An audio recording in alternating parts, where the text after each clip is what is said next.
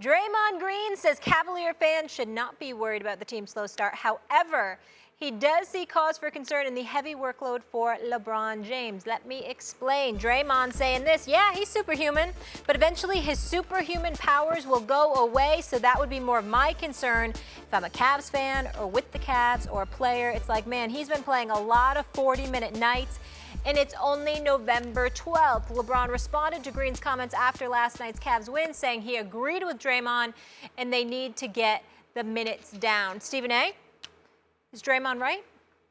Of course he's right. LeBron James is averaging over 38 minutes, averaging the most minutes since he's averaged since the 2010-2011 season. But I don't think that that's the impetus behind or the motivation behind what Draymond Green is saying. What Draymond Green is saying, excuse me, I don't want any excuses. To be the man, you got to beat the man, and we understand that. But at the same time, I want you at your best. I don't want any excuses. I don't want you exhausted in the finals when me and Steph and Clay and Kevin Durant come your way. You got to remember, Kevin Durant's the second leading scorer on this team. Him, Clay, and Steph Curry are all averaging 16 shots per game.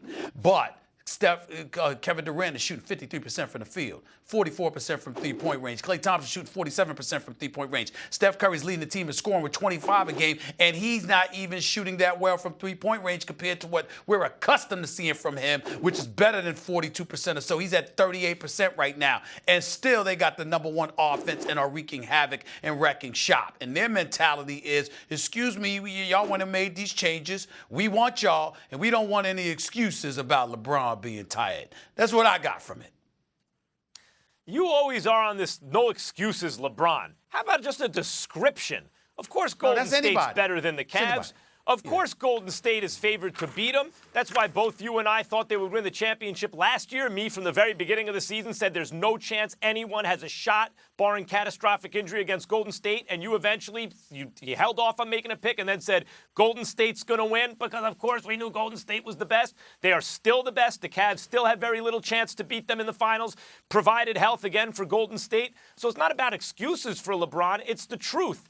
And Draymond here is speaking the truth. LeBron, every minute he plays as the best player in basketball, is resetting his own record for the best player in basketball being that good after all those minutes played. No player in the history of the game has ever played as much as LeBron and still played at this level. So eventually that's going to run out. And when he is having to pull as hard as he's having to pull this group in order to get to be barely above 500, we all know it's because Isaiah's not back yet. And we'll see what he is when he comes back.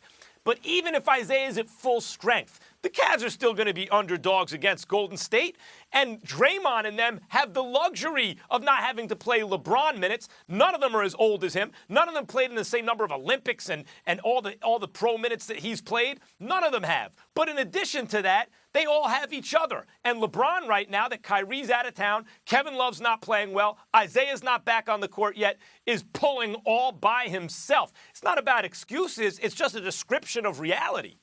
Well, first of all, I love how you talked about I came around to your way of thinking when the day that Kevin Durant decided to go to Golden State. I did a Facebook Live post that was seen by 10 million people declaring that the season was over, and I was disgusted with the season. So I love how you changed that narrative, but that's neither here nor there. No, secondly, but then you didn't pick Golden State. Excuse me. I didn't want to pick Golden State. I didn't want to pick Golden State at the beginning of the season because I didn't want to watch the NBA, which I was on the record saying on national television. It wasn't because I didn't think they would win. I didn't want to watch it because the balance of power had been so dramatically shifted. So you look at that. Why? And, oh, by the way, I love how you because the 73-win team got Kevin Durant. I love how you act like LeBron has been playing with a bunch of scrubs too. I mean, it's just LeBron and garbage. But that's how you sound. Hold up. It's unbelievable. Time out. Unbelievable. You just said that you knew Golden State was going to whip everybody, and you're right. So did I. So did everybody. Why? To the point where I didn't even want to go to the game. Went and got right. So a 73-win team gets Kevin Durant. You know no one else has a shot to the point you don't want to go to the games. Then you turn around and tell LeBron no excuses. You just made a pretty good excuse for LeBron. Because he is the best player in the world. He is the one that's on the court. I don't want to see him in the conference finals talking about I'm stressed. I don't want to think about my next opponent. You don't mind that. I do. But then again, while I'm working, others are in Monte Carlo covering one-round knockouts. So go figure. And Stephen A's talking to his 10 million Facebook friends. This was a one-round knockout. I understand. I get it. I understand. It's a different world. Oh, you all are too much. You wouldn't empathize.